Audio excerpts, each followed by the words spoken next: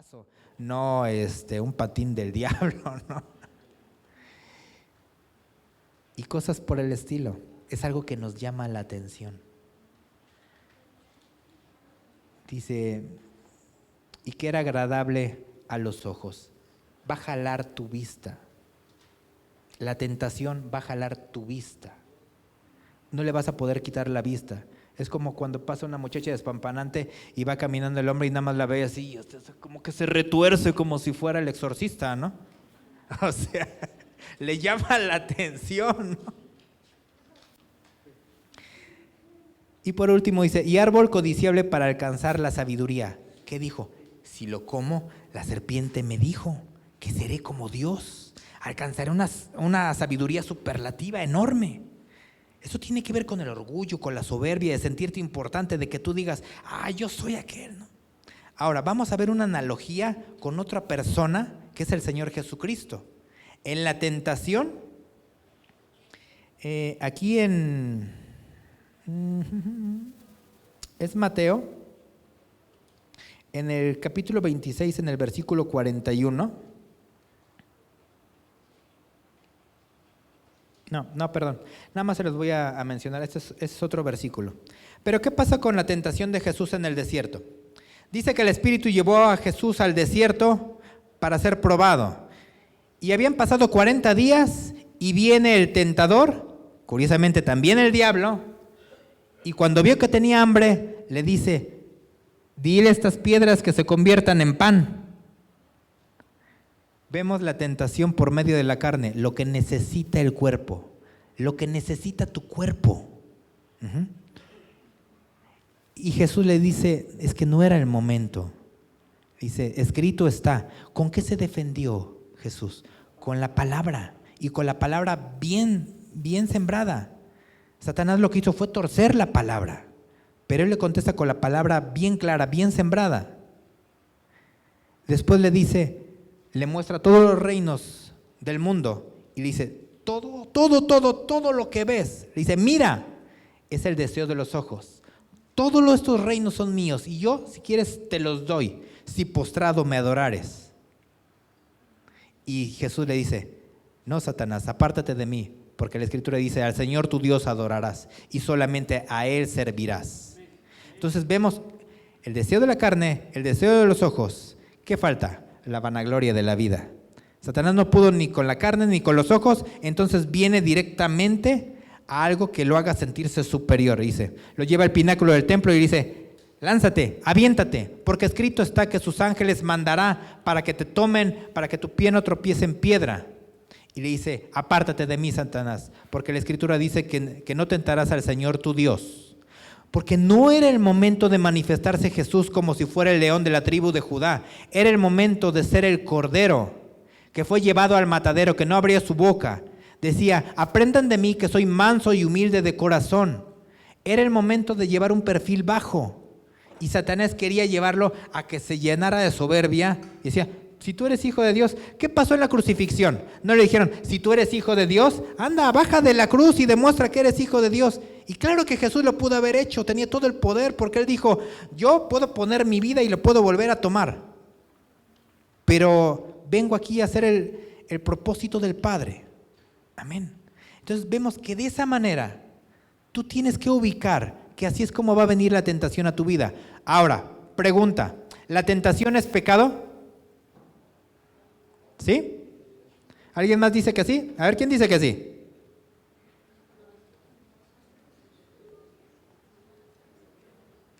¿Quién dice que no? Y los demás, pues ahí se va, a ver quién gana y levanta la mano, ¿no? Vamos a Santiago en el capítulo 1.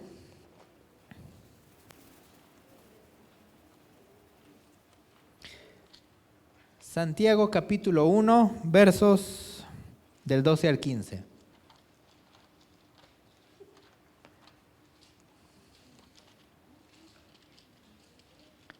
Santiago 1, 12 al 15. Bienaventurado el varón que soporta la tentación, porque cuando haya resistido la prueba, recibirá la corona de vida que Dios ha prometido a los que le aman. Cuando alguno es tentado, no diga que es tentado de parte de Dios, porque Dios no puede ser tentado por el mal, ni Él tienta a nadie. Los importantes son los que siguen, sino que cada uno es tentado cuando de su propia concupiscencia es atraído y seducido. Muy bien, les voy a leer otra versión que viene como un poquito más clara. 1:14. Cada uno es puesto a prueba por su propia pasión desordenada, por aquello que concupiscencia, y tú, ¿qué? ¿Qué? Pasión desordenada, eso es lo que significa.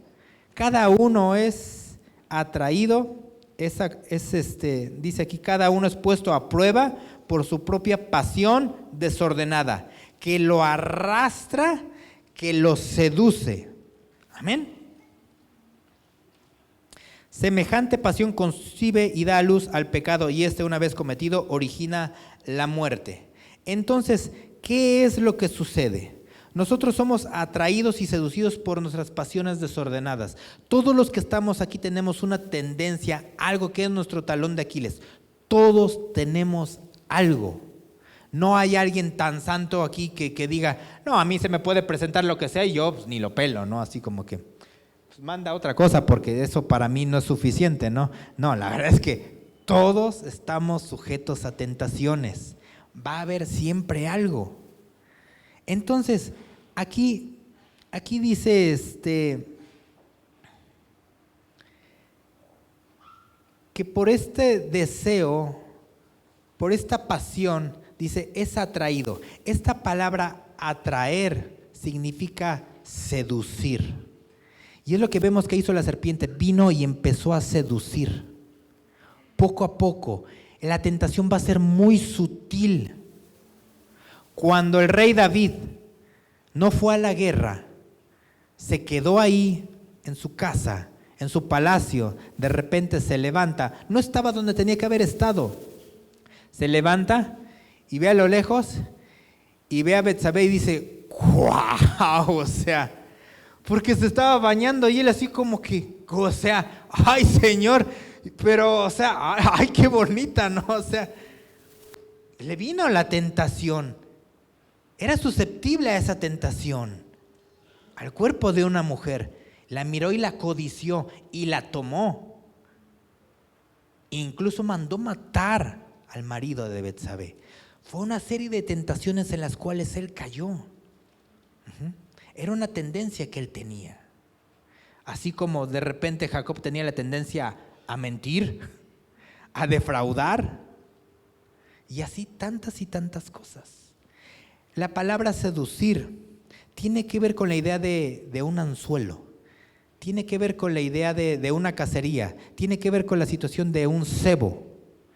Tú pones un cebo y cuando tú vas a pescar lo pones en el anzuelo y el pez lo va a ver, va a hacer algo que lo va a atraer, lo va a seducir, le va a llamar la atención y va a ir y se lo va a comer. Un animal va a ver un pedazo de carne en esas trampas que son como para osos que tienen esas garras que cuando pasan se cierran. El ave cuando ve algo, va, se acerca y de repente una caja la jalan o simplemente una red agarra la presa. Entonces, esa es la idea de seducción.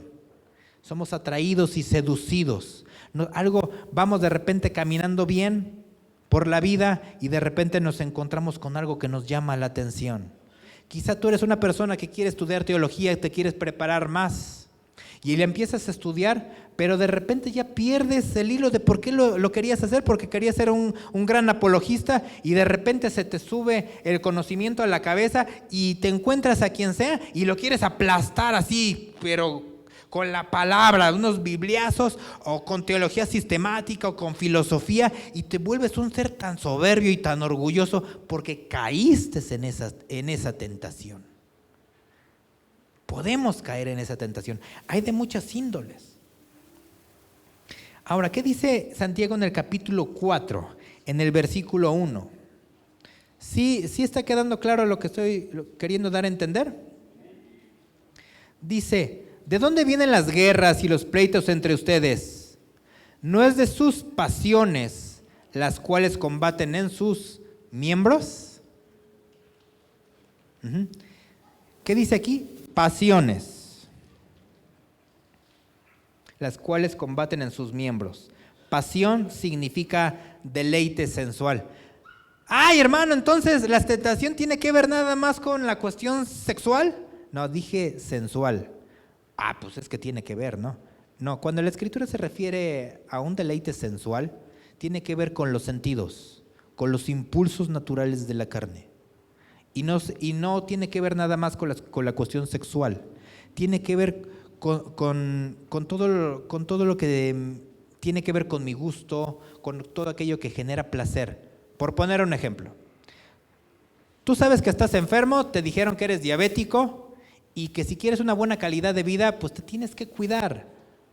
¿De qué? De los carbohidratos que se convierten en azúcares y que eso te va a hacer mucho daño porque tú ya no produces insulina. Entonces te dicen, pues trate de comer no tanta azúcar, no tanto carbohidrato, pero tú de repente ves una hamburguesa así, con una carne así jugosa, grande, tiene queso, está bien llena de grasita, así deliciosa a la vez y dices, ay, guau, es que cómo no me la voy a comer, ¿no? O sea, además, pues ya me la comí y no me sentí mal, ¿no? Pero sí te está haciendo daño. Y puede ser que llegue el momento en el que tú no haces caso de eso y después te tengan que dializar. Entonces esa es la tentación y uno cae en esa tentación.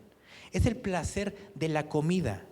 De hecho, hay dos tipos de placer bien ubicados en el ser humano. Uno es la cuestión sexual y otro es la cuestión de la comida. Somos muy dados a eso porque así nos formó Dios, así nos hizo Dios.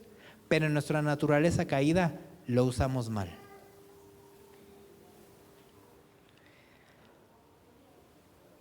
En 1 Corintios 10, en el versículo 13,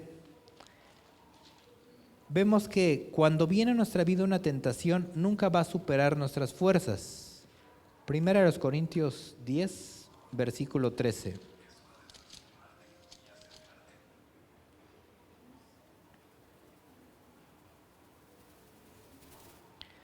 Dice así: no nos ha sobrevenido ninguna tentación que no sea humana, pero fiel es Dios, que no los dejará ser tentados más de lo que puedan resistir, sino que dará también juntamente con la tentación la salida para que puedan soportar. La palabra tentación y la palabra prueba tienen la misma raíz. Dice la Escritura que la tentación es algo que nos atrae, algo que queremos tomar, algo que tiene que ver con nuestro cuerpo, con nuestra carne. La prueba es a veces, Dios puede utilizar una tentación como prueba, pero a veces permite que pasen cosas en nuestro ser, como cuando el pueblo de Israel iba en el desierto y le dice, te hice pasar por este desierto grande y espantoso para que te dieras cuenta qué es lo que había en tu corazón, para que tú te dieras cuenta qué es lo que había en tu corazón, porque Dios todo lo sabe. Para que veas cómo te vas a comportar si hay hambre, para que vieras cómo te vas a comportar si tienes sed, para que vieras cómo te vas a comportar si te sale un enemigo, para que vieras cómo te vas a comportar en medio del calor, en medio del frío, para que vieras cómo te vas a comportar en medio del liderazgo, cuando empiezan a murmurar Aarón y María en contra de Moisés, cuando la rebelión de Coré, la rebelión de Datán y Abirán, que querían ellos esgrimirse como en el liderazgo, ¿no? Cuando el pueblo de Israel decía, para esto en realidad nos sacaron, para matarnos aquí de hambre. Y Dios decía, se dan cuenta de toda la ingratitud que tienen y caen en tentación una y otra vez. Y eso es para prepararnos. Jesús fue al desierto para ser preparado, para poder madurar, para comenzar su ministerio. Y a veces es por lo cual tú estás en un desierto y pasas por pruebas complicadas porque tu vida está siendo perfeccionada. Y algo que debes de quedarte bien claro es que cuando venga una prueba de parte de Dios o seas tentado por tu pasión desordenada, Dios jamás va a permitir que sea tentado, que seas tentado en algo que supere tus fuerzas, como lo dice aquí el versículo. Entonces, cuando estés pasando por algo, recuerda esta palabra. Si le estoy pasando es porque tengo la capacidad, por la ayuda del Espíritu Santo, para poder pasar esta tentación o poder pasar esta prueba. Amén. Muy bien, volvamos nuevamente al capítulo 3 y vamos al tercer punto, que es la caída. En el versículo 6, en la segunda parte, dice: y tomó de su fruto y comió, y dio también a su marido, el cual comió así como ella. Pregunta: ¿Eva fue tentada? ¿Adán también? Nada más fue tentada Eva. El objeto de la tentación para hacer caer a alguien, la tentación venía directa sobre Adán. El ataque era certero sobre Adán. ¿Saben por qué? Porque Adán es la cabeza, es el representante legal de toda la humanidad. Cuando Eva come del fruto, ella incurrió en pecado, sí, y ella iba a morir, sí, pero si ahí se hubiera quedado, eso no se hubiera trasladado a las demás generaciones. Pero el ataque vino a la persona más frágil, como dice la Escritura, a la mujer que es como un vaso más frágil. Sabía que podía seducirla por medio de palabras y fue lo que hizo. Ahora, Eva se le ocurrió estar sola. ¿Y dónde estaba su cabeza? Por eso es que más adelante le dice a Adán: ¿dónde estás? Porque hizo: ¿dónde estabas que no cuidaste a tu esposa? ¿Dónde estabas que no estabas cumpliendo con el propósito de ser cabeza, de estar al cuidado, de estar protegiendo, resguardando, enseñando bien a tu esposa y evitando que viniera esa tentación? O si hubiera venido, tú hubieras estado ahí presente. Si Satanás hubiera venido a tentar a Adán, se hubiera topado con pared, porque Adán hubiera dicho: no, definitivamente no. Pero sabía por dónde entrarle a Adán. Dice que Eva vino y le dio del fruto. Se aprovechó de su amor, de la emoción, de que eran uno. Y Adán dijo: pues yo la amo. Y para mí es increíble. Y Adán cometió un grave error. Decidió idolatrar a su esposa. ¿Qué es idolatrar? Poner algo antes que Dios. Fue más importante el regalo, porque ese regalo, ¿quién se lo dio? Ya lo vimos en el capítulo 2. Dios vino y se la dio. Fue un regalo. Amó más el regalo antes que al dador. Y Adán tuvo que haberle dicho no, pero decidió darle más crédito a su esposa que a Dios. Muy bien. Vamos a 2 Corintios 11:3 para ver quién fue engañado. 2 Corintios 11:3 dice: pero temo que como la serpiente con su astucia, nuevamente está esta palabra, ¿no? Astucia, engañó a Eva, sus sentidos sean de alguna manera extraviados de la sincera fidelidad a Dios. Ahora vamos a 1 Timoteo 2:14. Más adelantito. Dice así: y Adán no fue engañado, sino que la mujer, siendo engañada, incurrió en transgresión. Satanás sabía que no podía engañar a Adán, que era la cabeza. Por ello fue con la mujer, que era más frágil. Sabía que seduciendo a la mujer por medio de palabras haría caer al hombre. 2 Timoteo 3, del 5 al 7. Bueno, vamos primero aquí, 1 Timoteo 5, del 11 al 15, aquí mismo. Dice así: pero viudas más jóvenes no admitas, porque cuando impulsadas por sus deseos, ya hablamos de los deseos, de las pasiones. Aquí está hablando de una viuda, está hablando de una mujer que tiene deseos. Está hablando de una viuda. Dice: se rebelan contra Cristo y quieren casarse, incurriendo así en condenación por haber quebrantado su primera fe. ¿Por qué estas mujeres viudas jóvenes se querían dedicar directamente a Dios? Dicen, pero abandonan eso porque tienen deseos naturales. Porque la Escritura dice que no podemos ir contra la naturaleza, y la palabra de Dios dice que no es bueno que el ser humano esté solo. Entonces, una viuda iba en contra de la naturaleza, una viuda joven. Dice, y también aprenden a ser ociosas, andando de casa en casa, y no solamente ociosas, sino también chismosas y entremetidas, hablando lo que no debieran. O sea, empiezan a caer en tentación de chismes, ¿no? Quiero pues que las viudas jóvenes mejor se casen, críen hijos, gobiernen su casa, que no den al adversario ninguna ocasión de maledicencia, de que permitan entrar a gente a su casa y puedan ellas caer, y termine en lo que dice el versículo 15, porque ya algunas se han apartado en pos de Satanás, se han apartado en pos del adversario. Y estos complementos de 2 Timoteo 3, del 5 al 7, que dice así: que tendrán apariencia de piedad, pero negarán la eficacia de ella. A estos evita. Habla de los falsos maestros, porque de estos falsos maestros son los que se meten en las casas y llevan cautivas a las mujercillas cargadas de pecados, arrastradas por diversas concupiscencias o pasiones desordenadas.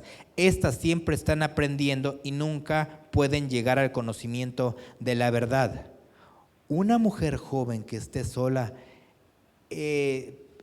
su tentación es caer, y vienen estos falsos maestros, esas mujeres que dice aquí la Escritura que siempre quieren aprender, quieren, pero no le echan las suficientes ganas de entrega a Dios, y permiten esas situaciones, y llegan esos falsos maestros y abusan de estas mujeres. Dice estas mujercillas, habla de una mujer pequeña en diminutivo, pero el contexto es que tiene que ver con una mujer necia, que abre la puerta a una tentación y sabe lo que puede suceder. Dice, y las llevan cargadas de pecados. Aquí habla del poder del enemigo que puede ejercer sobre una mujer. Amén. Muy bien. El hombre le dio más importancia a su mujer que a Dios, idolatró a su mujer. La mujer, cuando cayó, no tuvo ninguna implicación universal, porque ella no era la representante del género humano, no así Adán. Ahora vamos al 3:7, Génesis 3:7. Dice, entonces fueron abiertos los ojos de ambos y conocieron que estaban desnudos, entonces cosieron hojas de higuera y se hicieron delantales. Sus ojos fueron abiertos al conocimiento del bien y del mal, y conocieron que estaban desnudos. No había ningún problema en el último versículo del capítulo 2 que decían que estaban desnudos. No había ningún problema con ello, pero aquí ya empezó a haber problema porque entró el mal. ¿Y qué decía la Escritura en Santiago? Cuando la tentación de la pasión viene y yo la tomo, dice, concibo y doy a luz, ¿qué? El pecado. Entonces, la tentación no es mala en sí. Lo malo es cuando yo ya la tomo. En ese momento se concibe el pecado. Doy a luz el pecado. Y el pecado va a dar a luz la muerte. Entonces, ellos toman, comen, se genera el pecado. Y el pecado da a luz la muerte. Y por eso es que se veían desnudos. Ya no estaba esa inocencia. Ya no estaba esa claridad de que solamente era el bien. Ahora tenían la experiencia del mal. Pero al tener el mal sobre sí, jamás el ser humano va a poder escapar de la presencia del mal y de la idea de corrupción de la muerte y del pecado. Por eso es que el pecado ha reinado hasta nuestros días. Toda la decadencia que vemos al día de hoy es causa del pecado y es causa de la muerte, porque entró a través de nuestra cabeza federal, de nuestro representante, que es el primer Adán. Y por más que un ser humano trate de cambiar, no lo va a poder hacer. No podemos, porque dice la Escritura que no hay justo ni aun uno, no hay nadie bueno. Todos nos hemos desviado, a una hacemos todo lo incorrecto, todo lo inicuo, porque tenemos esa naturaleza heredada. Entonces, cuando caen, ¿qué dicen? Vamos a agarrar unas hojas de higuera y nos vamos a cubrir nuestra desnudez. Piensan que de esa manera, ellos opinan ya en su naturaleza caída.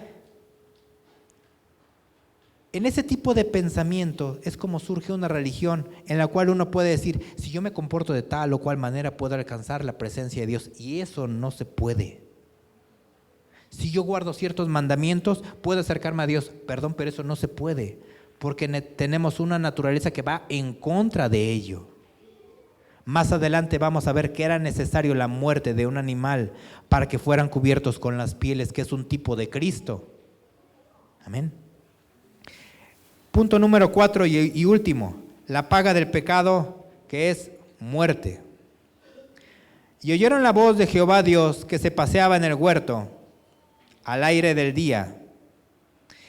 Era algo que disfrutaban, ya lo hemos visto en otras lecciones. Había una comunión, estaban ahí en la presencia de Dios, se deleitaban con Él, escuchaban su voz, se solazaban en su presencia. Dice, y el hombre y su mujer se escondieron de la presencia de Jehová Dios entre los árboles del huerto. El pecado produce muerte. Dice, se escondieron de la presencia de Dios. Surge culpa y surge condenación. Indagando qué significa culpa en el hebreo, significa pecado, significa daño, significa castigo, significa condenación. ¿Y saben qué significa pecado? Significa errar el blanco. Entonces, se genera un daño. Hay una parte de la Escritura que dice que un pecador genera muchísimo daño.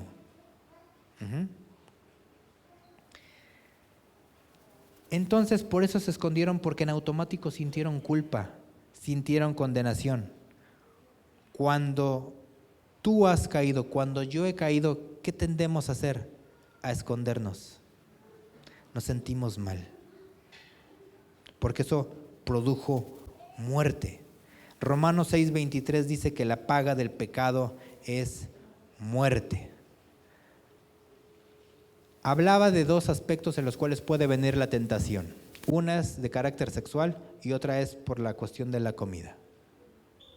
Todo tiene que ver con nuestros sentidos, ya sea físicos, emocionales, psíquicos, racionales. Si tú quieres indagar y hacerte más sabio, puedes caer en la tentación de sentirte soberbio y sentirte superior. A ti se te puede presentar la comida, pero si tú comes en exceso, puedes caer en obesidad, y la tentación es esa. Tú puedes ver a una mujer y, como dice la Escritura, tú ves a una mujer y dices, pero qué chulada de mujer, qué cuerpazo, ni que fuera yo Dios para perdonar, ¿no? O sea, ven una mujer a un hombre así alto, fornido, con su cuadrícula en el abdomen, su barba bien puesta, sus brazos musculosos, y dicen, ay, pues yo sí lo agarraba y le plantaba un besote, ¿no? O sea, la tentación ahí va a estar. Tiene que ver con nuestra carne, con nuestros deseos. La sexualidad es algo que Dios nos puso, pero que debe de ser puesta en el matrimonio.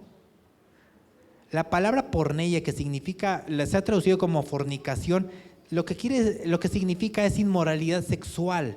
Todo lo que tenga que ver con inmoralidad sexual va a ser una tentación, llámese adulterio, llámese fornicación, o sea, relaciones antes del matrimonio, relaciones con otra persona que no sea mi cónyuge, la pornografía. Les voy a hablar de la pornografía porque lamentablemente ha habido encuestas en las que se está determinando que la pornografía está entrando en la iglesia. Increíblemente, pero cierto. Los cristianos están tomando la pornografía porque dicen, nadie me ve, no sucede nada. El que tú estés viendo pornografía te genera un placer, pero estás codiciando el cuerpo de alguien que no te pertenece, y eso está trastornando tu ser y te está esclavizando, te está matando. Hay cosas que que nadie más ve, pero que Dios sí las ve. Te estás amargando, estás odiando, te estás llenando de ira. Son tentaciones que estamos abrazando y que están produciendo muerte. Todo tiene que ver con mi placer, con mi deseo, que me la paso jugando videojuegos 2, 3, 4, 5, 8 horas, que me la paso en el celular y no estoy produciendo porque nada más me la paso ahí. Eso genera placer, liberación de dopamina en mi ser. Que me encuentro con el alcohol, que me encuentro con las drogas. ¿Qué genera ello? Genera placer. Es algo placentero. Y es algo que me lleva a la esclavitud, que me lleva a la muerte. Pero tengo que aprender. Ahora, les voy a dar un tip que viene aquí en la palabra, y eso sí viene en Mateo 26:41. ¿Sí aparece? A ver si me lo pueden leer. A la de 3. 1, 2, 3. ¿Qué dice?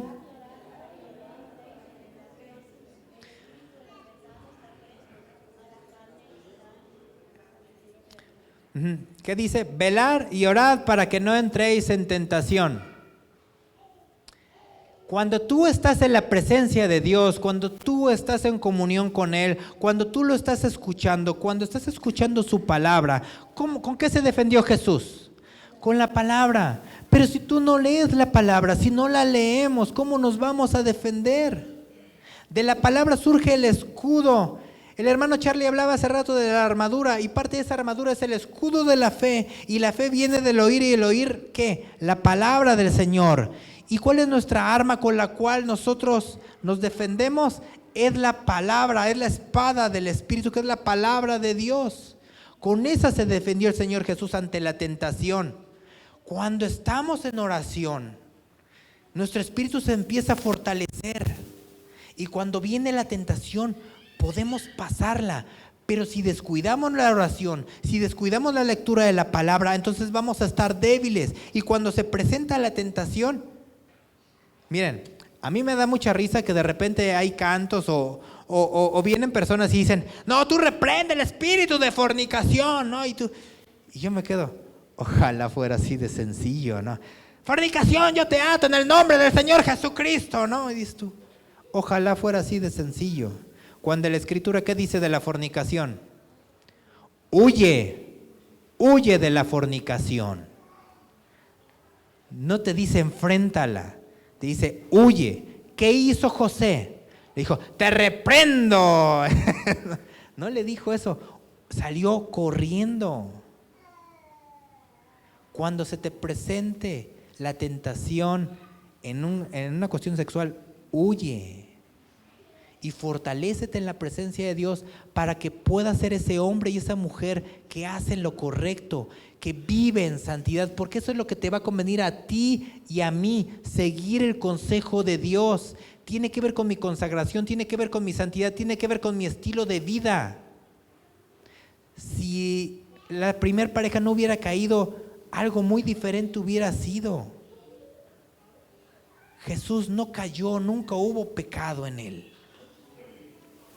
Por último, en Romanos, en el capítulo 5, del versículo 12 al 21, rápidamente, vamos a ver qué es lo que sucede con el pecado, cómo se dio, cómo entró por medio del primer Adán y qué sucedió con el postrer Adán.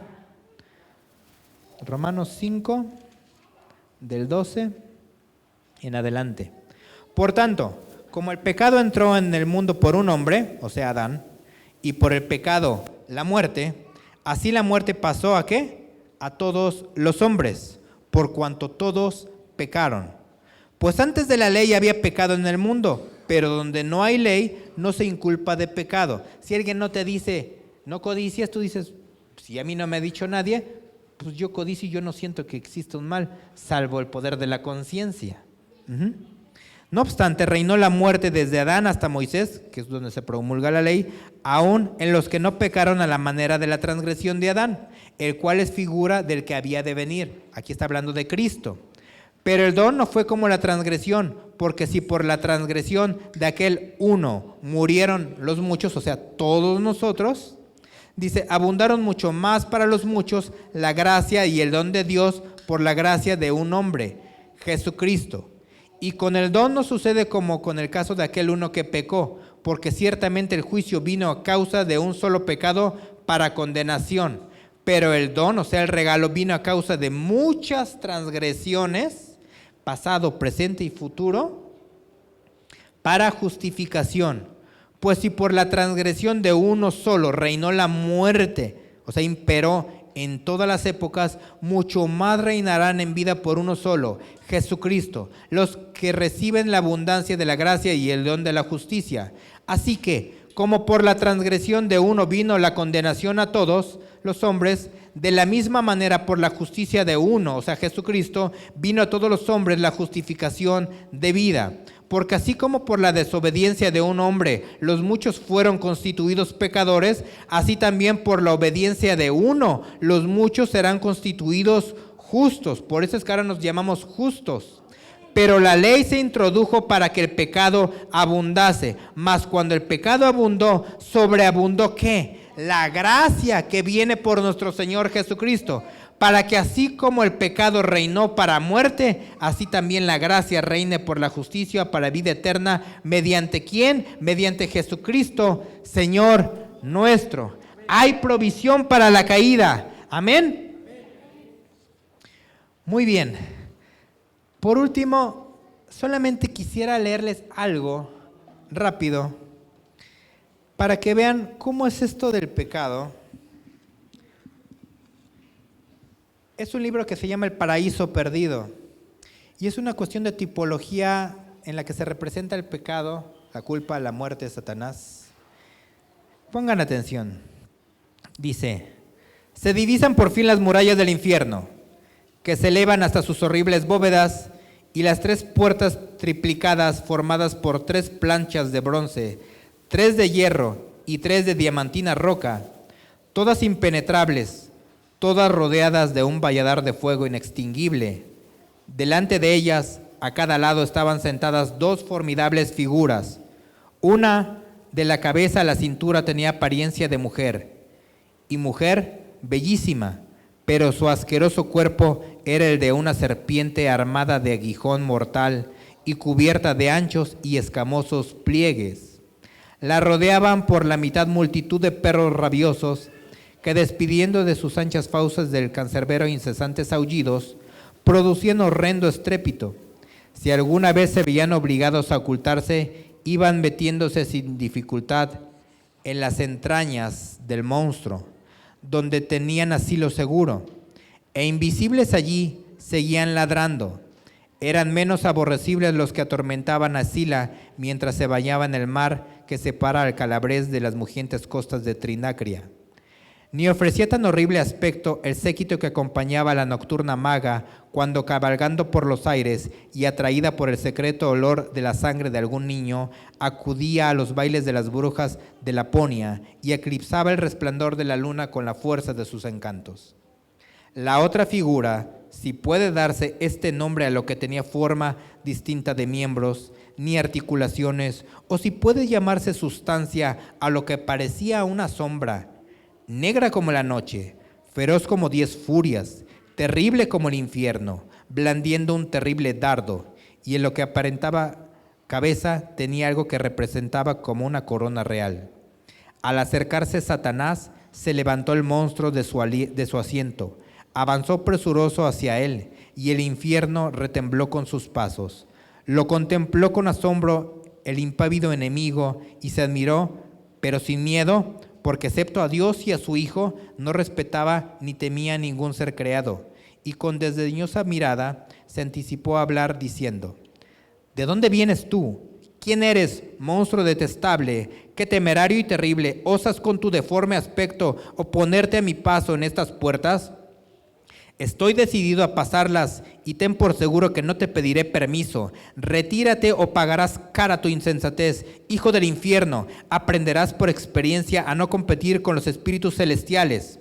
A lo que replicó el espectro encendido en cólera: eres tú aquel traidor, el primer que infringió la paz y la fe del cielo, respetadas hasta entonces, y que en su orgullosa rebelión arrastró consigo a la tercera parte de los espíritus celestes conjurados contra el Altísimo, tú y ellos, desechados de Dios, ¿no están condenados por ese crimen a subsistir aquí por toda una eternidad envilecidos y entre tormentos?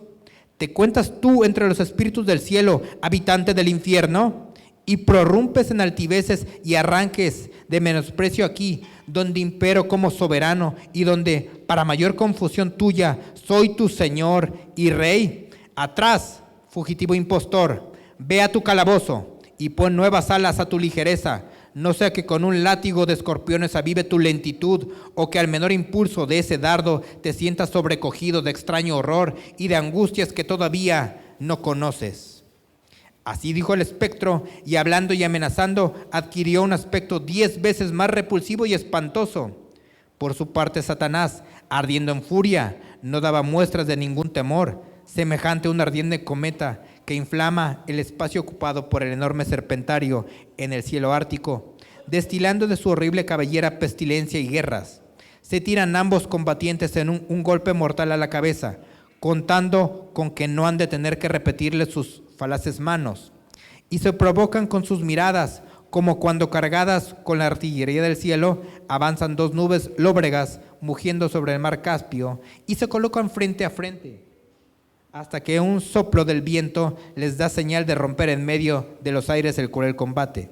Se contemplan los esforzados campeones con ojos tan sombríos que al fruncir sus cejas se oscurece el infierno. Tal era su denuedo, pero ni uno ni otro habían de hallar sino una sola vez enemigo más temible. Hubieran llevado a cabo inauditos hechos con terror de todo el infierno, si la del medio cuerpo de serpiente que estaba sentada a la puerta y guardaba la fatal llave no se hubiera arrojado entre los combatientes, lanzando un espantoso grito. «¡Oh Padre!», exclamó, ¿qué intentan tus manos contra tu único hijo? ¿Qué furor, oh hijo, te impulsa a lanzar tu dardo mortal contra la cabeza de tu padre? ¿Sabes a quién obedeces?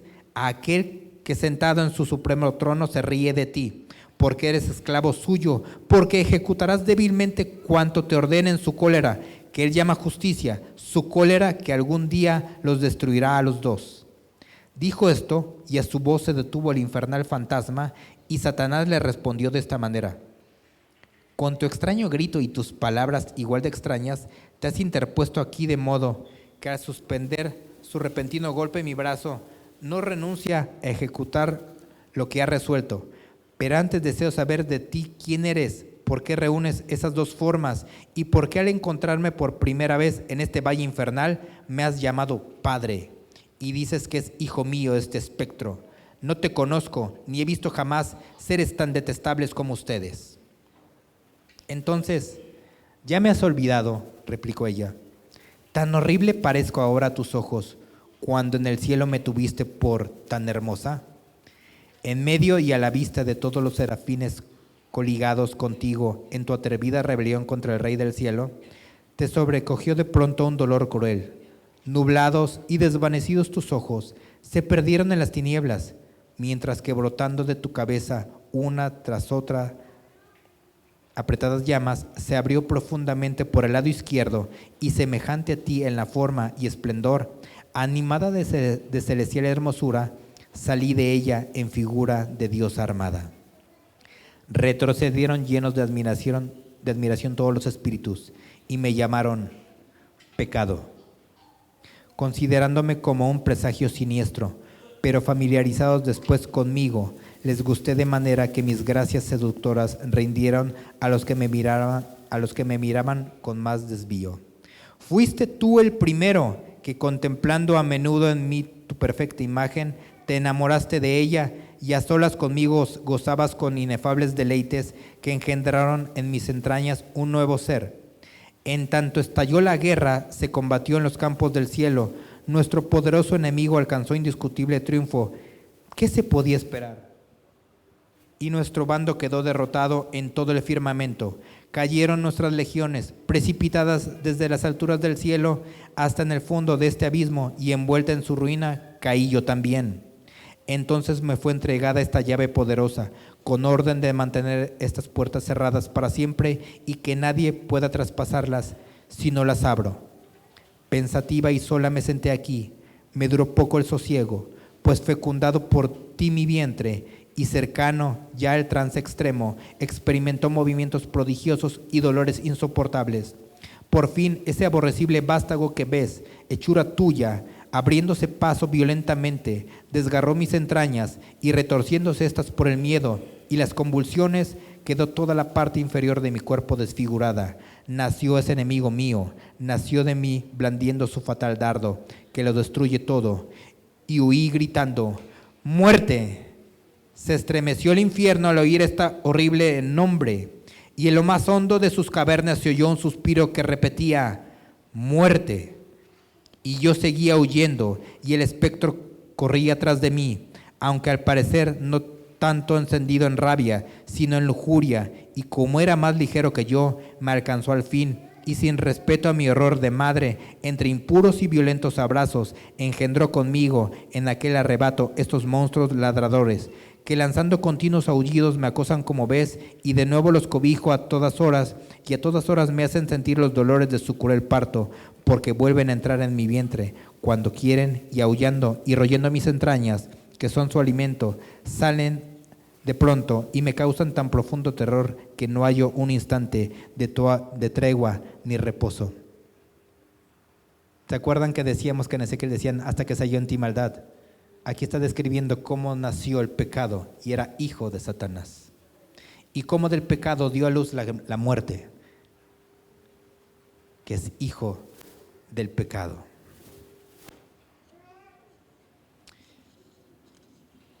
Satanás sale y dice que va a intentar hacer caer, y vemos lo que sucedió. Y dice estos espectros, ¿qué hacemos aquí, hija mía? Ociosos y contemplándonos uno a otro, mientras Satanás, nuestro gran autor, triunfa en otros mundos y nos procura mansión más venturosa para nosotros, querido linaje suyo. No es posible que haya dejado de salir airoso de su empresa, pues de otra manera ya hubiera vuelto aquí acosado por el furor de sus perseguidores. Porque ningún sitio más a propósito que este para su castigo, ni para vengarse de él. Yo siento en mí una nueva fuerza, como si me nacieran alas que me esperan dominios más extensos fuera de estos abismos. Me siento atraído, ya sea por simpatía o sea por cierta fuerza connatural. Aquí está hablando la muerte y el pecado, poderosa para unir entre sí a la larga distancia con secretos vínculos y por las más ignoradas vías cosas que se asemejan. Tú, sombra inseparable mía, debes seguirme, porque no hay poder que pueda divorciar a la muerte del pecado. Y por si la dificultad de salvar este ciego e insondable abismo entorpece el regreso de nuestro Padre, acometamos una atrevida empresa que no es superior a tu fuerza ni a la mía. Echemos un puente desde el infierno a ese nuevo mundo en que impera Satanás ahora, monumento que nos granjeará alto concepto entre toda la infernal hueste, pues facilitará su salida de aquí en sus marchas y transmigraciones, donde quiera que la suerte los encamine. No puedo yo equivocarme en el plan que tracé, dado que tan certera es la atracción, el instinto que me dirige. A lo que contestó el descarnado esqueleto: ve a donde el destino y tu irresistible impulso te lleven. Yo no he de quedarme atrás ni errar el camino, teniéndote a ti por guía. Qué olor a carne y a innumerables víctimas percibo. Cómo saboreo ya el gusto de muerte que exhala cuanto en ese mundo vive. No dejaré de ayudar al intento que te propones. Cuenta con mi cooperación. Y acá dice, mientras tanto llegaba al paraíso la infernal pareja, y ojalá no hubiera llegado. El pecado, que primero influía allí con su poder y posteriormente con su acción, ahora se establecía corporalmente para residir en él como constante habitador. Lo seguía detrás y paso a paso la muerte, que no cabalgaba aún en su pálido caballo, a la cual se dirigió el pecado, diciendo: muerte, segundo fruto de Satanás, que has de avasallarlo todo, que juzgas ahora de nuestro imperio. Con penosa dificultad hemos llegado a Él, pero ¿no es preferible a aquel umbral tenebroso del infierno, donde estábamos sentados, siempre vigilando, siempre ignorados y envilecidos, y tú medio extenuado de hambre? Y el monstruo nacido del pecado le respondió así: a mí, víctima de un hambre eterna, tanto me da el infierno como el cielo o el paraíso.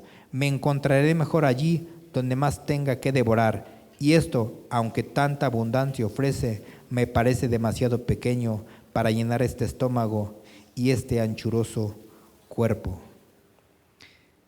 Eso es lo que reina aquí en el mundo sin Cristo: caos, desolación, tinieblas. Y cada vez que tú y yo caemos en pecado, vivimos las consecuencias de la muerte. Esa es la idea de aprender a vivir en santidad. Nos conviene. Y la palabra de Dios dice que Él nos ayuda cuando somos tentados y que juntamente con la prueba Él envía la salida. Hemos pasado de muerte a vida, tenemos la capacidad de cambiar, tenemos la capacidad de ser felices, tenemos la capacidad de hacer a un lado esa falsa felicidad, ese falso placer, esas pasiones desordenadas que nos están llevando al pecado y a la muerte, que nos inundan de tristeza, de depresión, de enfermedad, de todo tipo de muerte. Y la solución la tenemos en Cristo. El ser tentado no implica la caída. Es hasta que tomamos la tentación que se produce el pecado y este da a luz la muerte. Esto nos debe llevar a vivir de cerca con Dios para no caer, y si hemos caído, no quedarnos ahí tirados, escuchando la voz de la condenación, que la culpa nos lleve a arrepentirnos y buscar ser libres por la sangre de Cristo. Porque como dice en 1 de Juan, en el capítulo 1, en el versículo 9, porque Él es fiel y justo para perdonar nuestros pecados y limpiarnos de toda maldad. Cuando caigas, cuando yo caiga, no dejemos que la culpa y la condenación nos lleven al aislamiento. Vengamos ante la presencia de Dios y arrepintámonos de corazón y digámosle: ayúdame a cambiar, cambia mi manera de pensar. Yo me propongo cambiar mi manera de pensar con esto, para que entonces, si yo iba en una vida de libertinaje, haciendo cosas incorrectas que lo único que me han causado es muerte, que ahora me dirija hacia el otro lado, ese es arrepentimiento. Un cambio de 180 grados. A veces dicen, son 360 grados, pero 360 grados es quedar en el mismo lugar. Entonces son 180 grados. Si yo desobedezco y eso produce muerte, ahora obedeciendo que produzca vida. ¿Yo qué necesidad tengo de engañar a mi esposa? ¿Qué necesidad tienes de engañar a tu esposo? ¿Qué necesidad tienes de estar en la pornografía? ¿Qué necesidad tenemos de maltratar nuestro cuerpo, de enfermarnos por lo que comemos? ¿Qué necesidad tenemos de pasar el tiempo con un celular horas y horas y horas, o en videojuegos, o viendo series todo el día, o sabiéndonos todas las películas? Eso nos genera un placer, sí, pero después nuestra vida queda peor. Puede ser que vengamos y miremos al vino rojear en la copa y digamos: se me antojó, y lo tomas y te ayuda a escapar un momento de tu problema. Las drogas es lo mismo. Y eso te atrapa cada vez más y más. Y todo esto que yo acabo de mencionar nos atrapa cada vez más y más y más. Nos podemos llenar de soberbia, nos podemos llenar de rencor, podemos ser chismosos, mentirosos. Hay un montón de aplicaciones para la tentación, y es todo aquello que va en contra de Dios. Es desobedecer a Dios, es cerrar el blanco. Ese es el pecado. Pero Dios nos puede ayudar. Ponte de pie.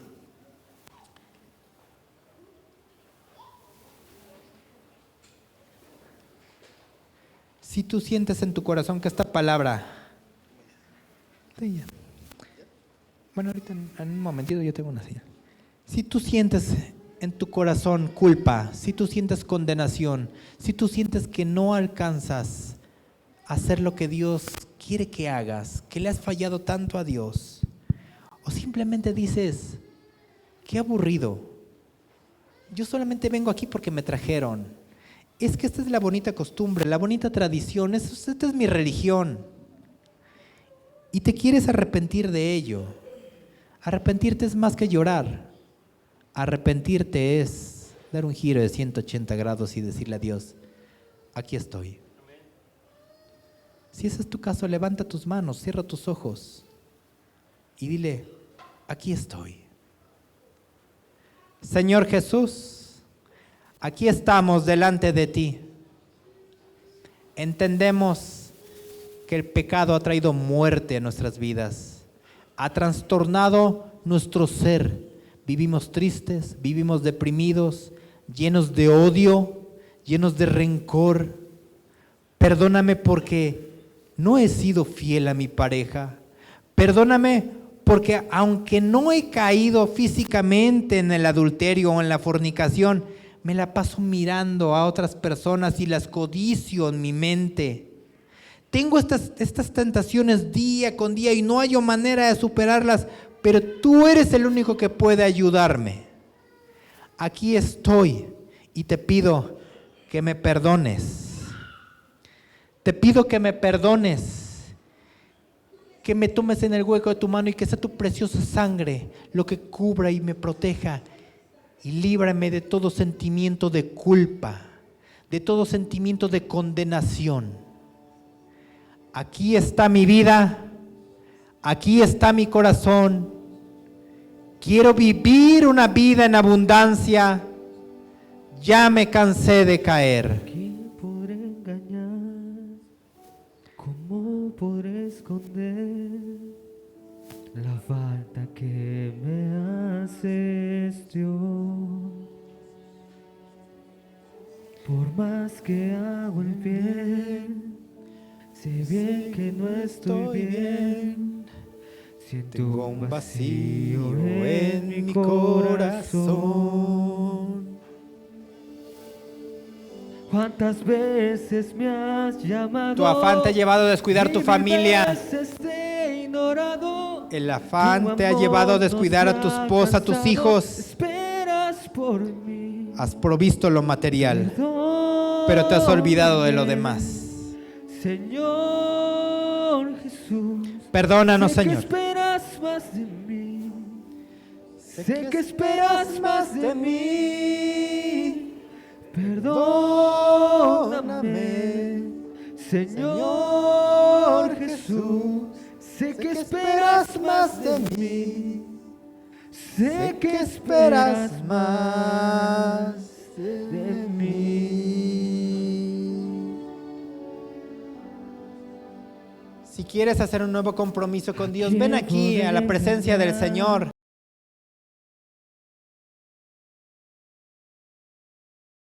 Va a ver tu corazón y te va a fortalecer y te va a ayudar a vencer todo aquello que no has podido vencer.